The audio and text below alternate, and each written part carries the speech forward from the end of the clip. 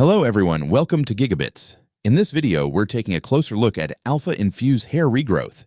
Is it a scam or is it actually legit?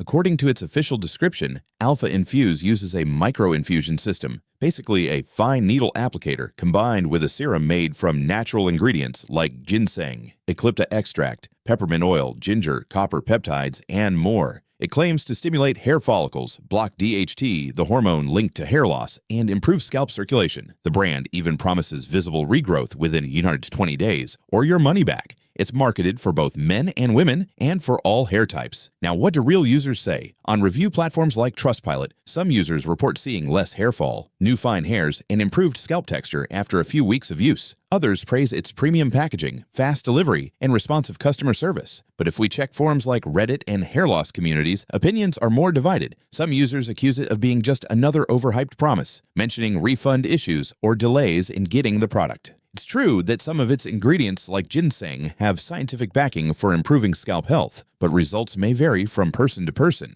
If you're experiencing mild hair thinning and want to try something new, this might be worth testing.